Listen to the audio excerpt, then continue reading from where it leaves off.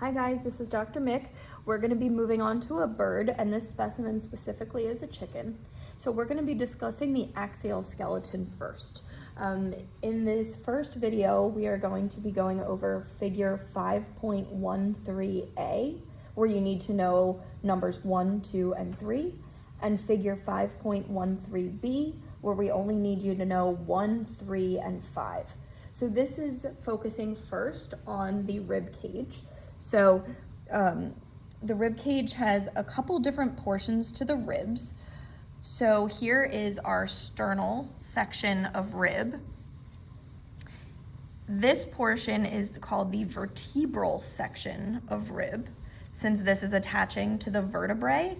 Meanwhile, this side is attaching to the sternum, which we will learn in a future video.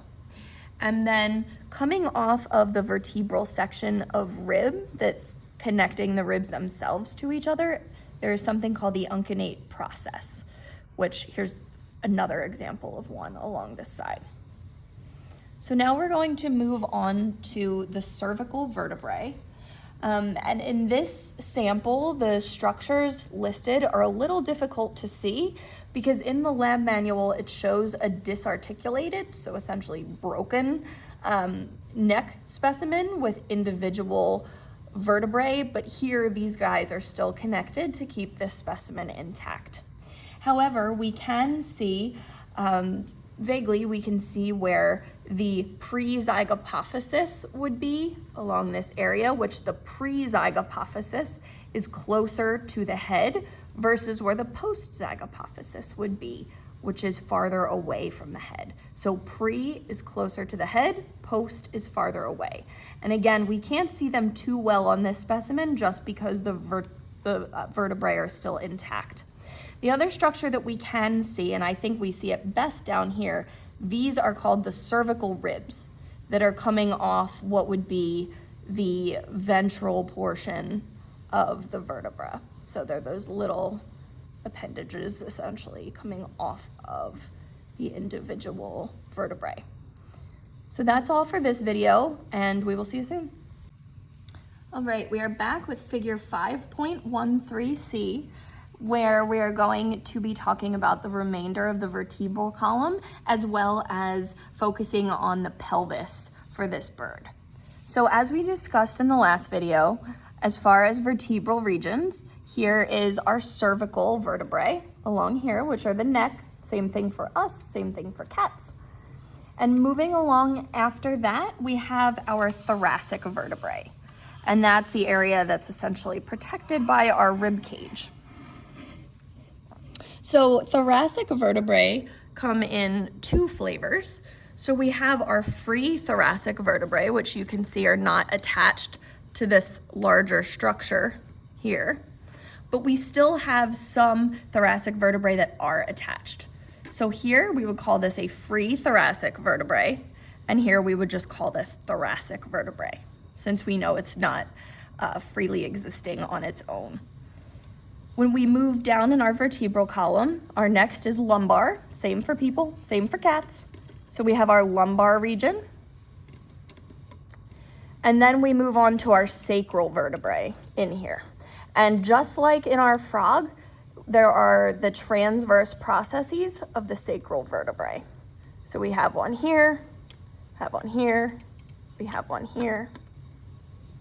After we move down further, we have caudal vertebrae, which also come in two flavors.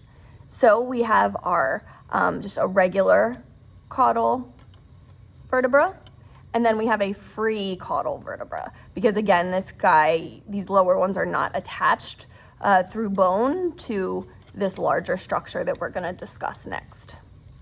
So again, we have our free caudal vertebrae, and then we're gonna look at the very last segment in this bird's vertebral column. We're gonna turn him to his side, and we see this final fused bone. This is called the pygostyle.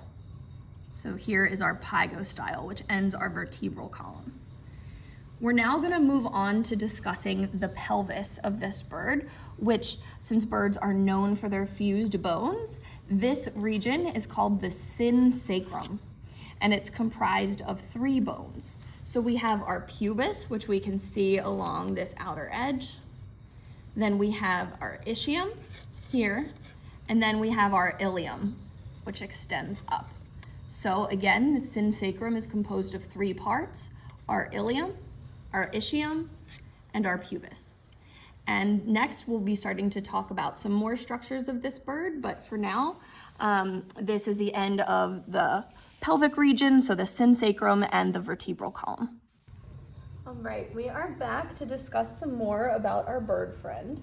And first, 2 fun facts about bird bones. The first being that a lot of their bones are fused, as we discussed in the previous video, with the synsacrum consisting of a number of fused bones. And we'll see that again when we're especially looking at the leg bones. We'll see that a lot of those bones have a name that sounds like it's 2 bones together, and that's because those bones are fused.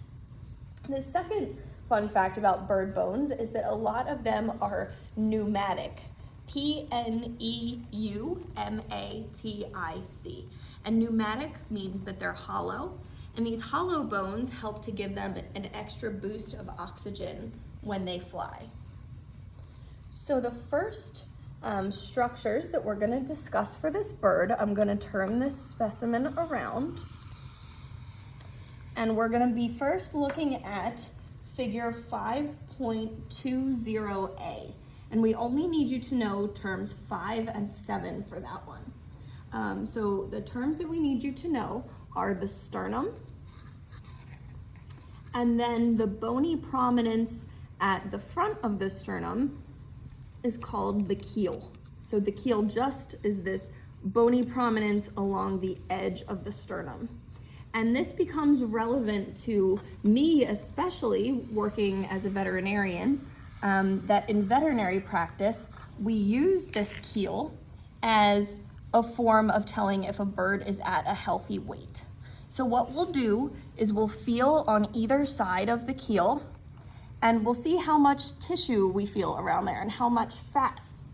And if we're feeling a lot of squishiness on top of the keel, that's telling me that the bird is a little too chubby. But if we're feeling the keel as extremely prominent, then we know that the bird is probably a little bit underweight. So moving on, and I'm actually going to go to figure 5.20D next, where there's 3 terms, and we have those as the clavicle, and then the other side of the clavicle is along here. They come down to form the interclavicle. And then if we view this whole structure of the clavicle and the interclavicle, that is called the furcula. And you may know this better if you eat turkey on Thanksgiving as the wishbone. And essentially the person who breaks the wishbone and wins is the person who not only has the clavicle, but also has the interclavicle with it. And then the other person who just has probably just a little piece of clavicle, unfortunately doesn't get to make their wish. So now we're gonna move on to figure 5.20C, where there's a number of terms we need you to know there that's listed on your lab worksheet. We're going to start with this bone that's called the coracoid. And you may remember that from our turtle as well. I'm going to turn this bird around to show you the scapula, which you may also remember from our turtle that was pointing to the back of the turtle's carapace. So here is our scapula. In this bird, it's a very thin bone. And I'll show you the other side as well. So here's the other side of the bird's scapula. So again, this is our scapula, which is the shoulder blade. We're next going to talk about the other bones for this bird's, what would be wings, that we have here. And we're going to start with our humerus. So this is this big long, thick, singular bone is the humerus. We can turn the bird around to show you from the back as well. So again, here was our scapula, which is the thin bone, and then here's our humerus, which is a thick, singular bone and helps give them a lot of their power. We then have our radius and our ulna. And then moving on, we have a carpometacarpus. So we can think of that as a fused bone, because instead of having those as two separate things, we have a carpometacarpus. And then we are going to move on to what's called the phalanx, which would be similar to phalanges along here. So to quickly review before we move on to the hind limb, we have our humerus, our radius, our ulna, carpometacarpus, and then phalanx. Right, our final figure for our chicken is figure 5.20b, where we're going to be looking at the bones of the hind limb.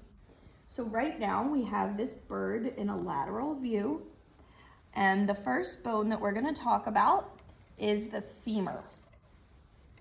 Now there's two parts of the femur that we want you to know.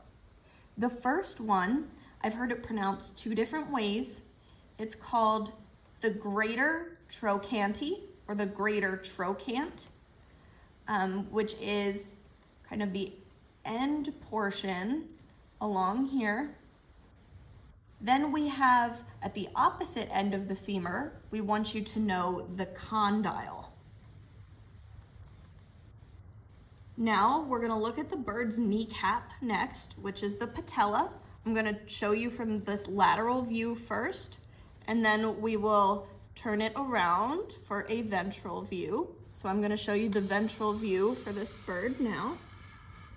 As we discussed, we have our femur, and we have our patella, which is our kneecap.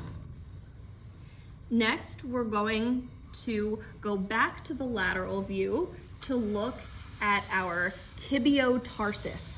So this is a fusion between our tibia and our tarsal bones. So it's this long, thick bone is the tibiotarsus, and right next to it is our very thin, very fragile fibula. Moving on, we are going to go to our tarsometatarsus, and this is another fused bone. So a fusion between tarsal bones and metatarsal bones. And then lastly, we are going to talk about our phalanges, which you're probably familiar from back from our turtle specimen. So these little bones that we would think of as toes are our phalanges. And then this bird, we have this kind of toe in the back end here, which can help us a little bit with balance and when we're perching. And this is called the hallux. So the hallux specifically refers to this digit of the bird. So that is wrapping up our bird skeleton, and we'll see you with cats very soon.